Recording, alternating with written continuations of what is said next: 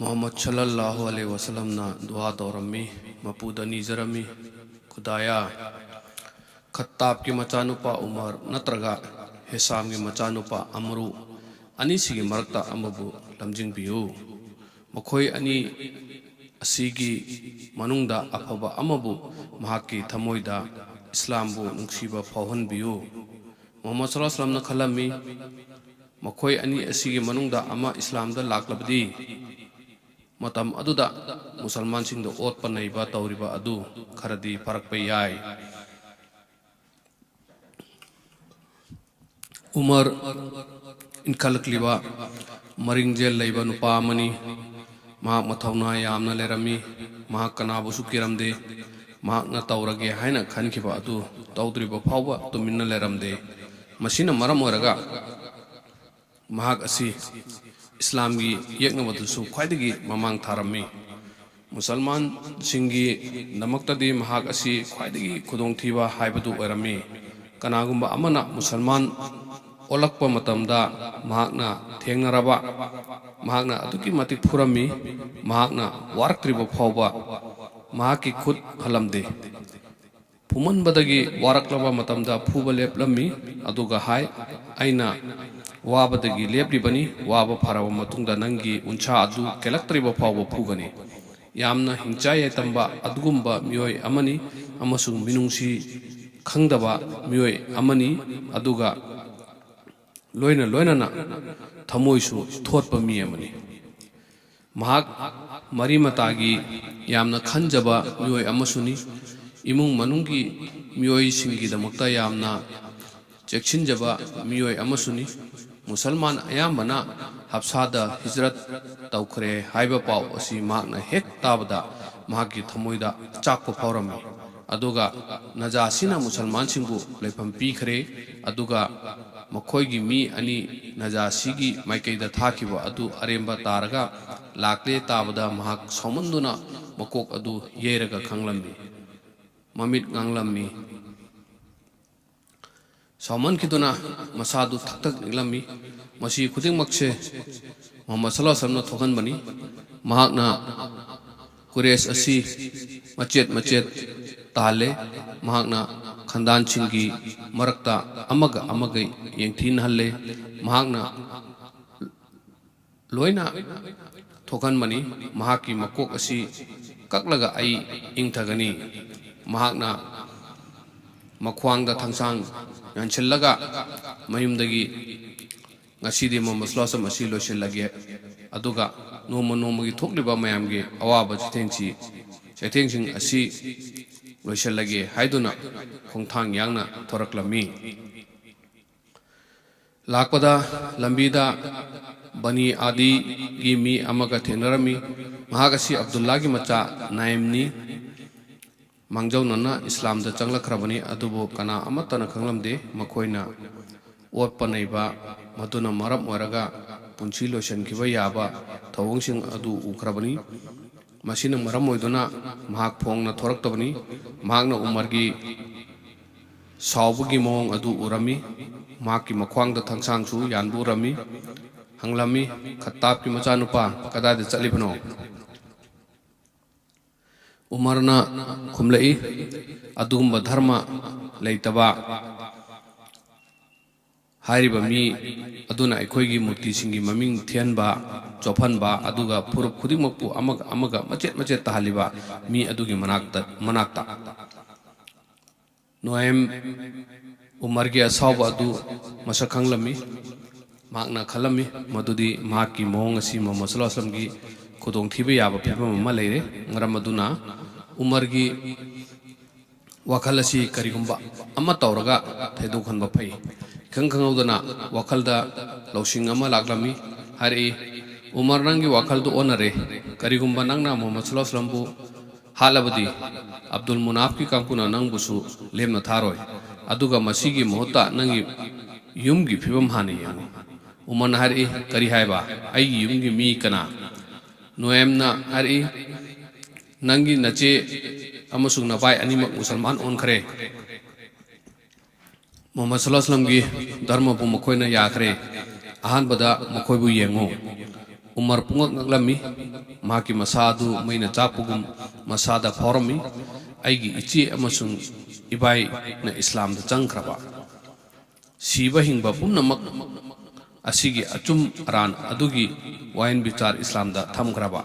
aduga Umarna kari amata khangdaba maramdi makoina aingonda luchillaga thamniba Umar khudakta magi mayon mahaki machigi maikaida laikirami mahaki thabak adu chakthek pugum khalami aduga sauman khiduna mamai adu machu alami mafam adu yaubada karigumba ama pabagi khonjel tarami asawbuga loinana thong adu kanna thilami yum adu da leiriba sing aduna kiba phawrami makoina hanglei kanano pakum lei ai Umar ni yamna thunna thong hangdu Umar haibagi wahe si hek tabaga makoina kanglami kiman badagi gyan manglami amada amuk lolami Umargi mache adugi maming Fatma aduga mabaigi mamingna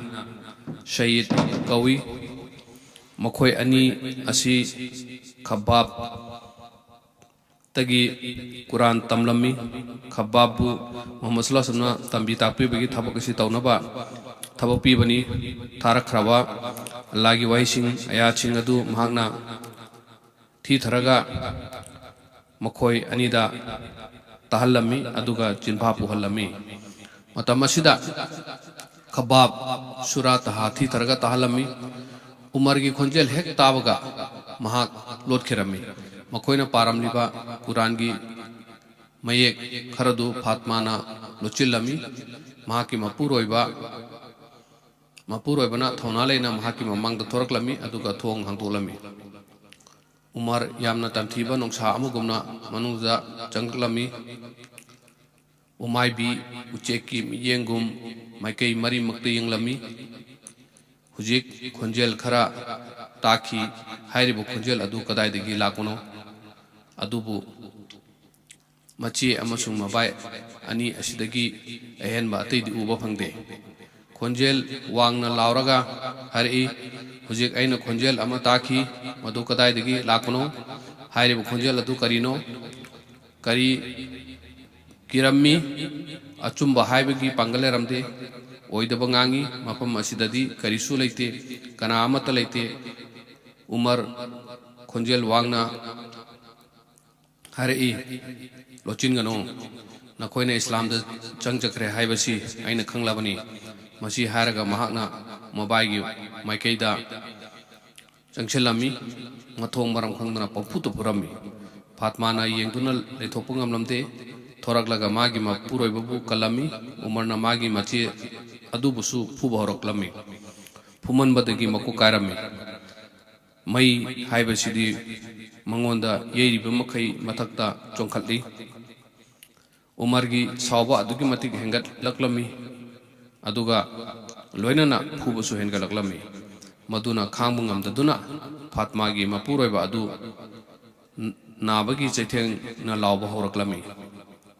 hoi aikoina Islam da changjare Islam da siba amasung hingbugi walep kare hujik dunia gi pangal amatan thingbangam laroi hujik aikoi musalmani Islam gi matik magun leiraba mahausing atuda luble masigi damak khangba khudingmak khangna bagi damak chap yungna leple nangna tawningba makhai tawjau khonjal asi pukningdagi lumna thorakpu khonjelni pukningdagi thamoi chokna thorakpa khonjel aduna Umargi thamoida yerami hujik Umar maidagi ising olami nungdagi mahi chentharaklami nungsi haitaba khud adu phuna khangaudana lepkerami machegi makoktagi igi phu chentharaklami masi ubuda Umargi thamoi mahi chelami ikaibadagi mamai lukthakirami tanja aduda Khabbabna thitharamba tahalam liba che machet adu Umarna uba panglami o masira nakhoi anina param liba amukta pero aisu karino iridu yenge Umargi pingal lamliba adu khara ingtharami machen harei aina masi ki che machet asi nangin khutta phang kharabadi amuka na phanglaroi Umarna harei jingnaganu wasak laga hari bini soidana amuka hanna pirakani Fatmana Qurangi mayagi bache adu pirami aduga masigi mami asi thamoida takiduna Islam da laglabadi kaya da phagani khanjarami Umarna Qurangi wahai khara i bache machet adu makutna laurami munne yanglami parubda magi thamoi niklami iram leba wahai sing adugi matik makun sing adu parubda mahakna khanglami ikhang khangaudana magi chinbandagi thoraklami kaya da thak wangkraba amasung matik makun leikraba wahino khabab ithap thaptana lotuna lerami thokliba thodosing adu tuminna loni yengduna lerami khudakta umargi mangda thoraklami yamna pungning nem thabaka loina hari Umar Rasule khudana dua torami mapu da haijarami o mapu Hisam gi machanupa Abul Hakim natraga Khattab gi machanupa Umar ani asigi mangda ama Islam gi mating pangbo henbiu Umar khuda gi kasam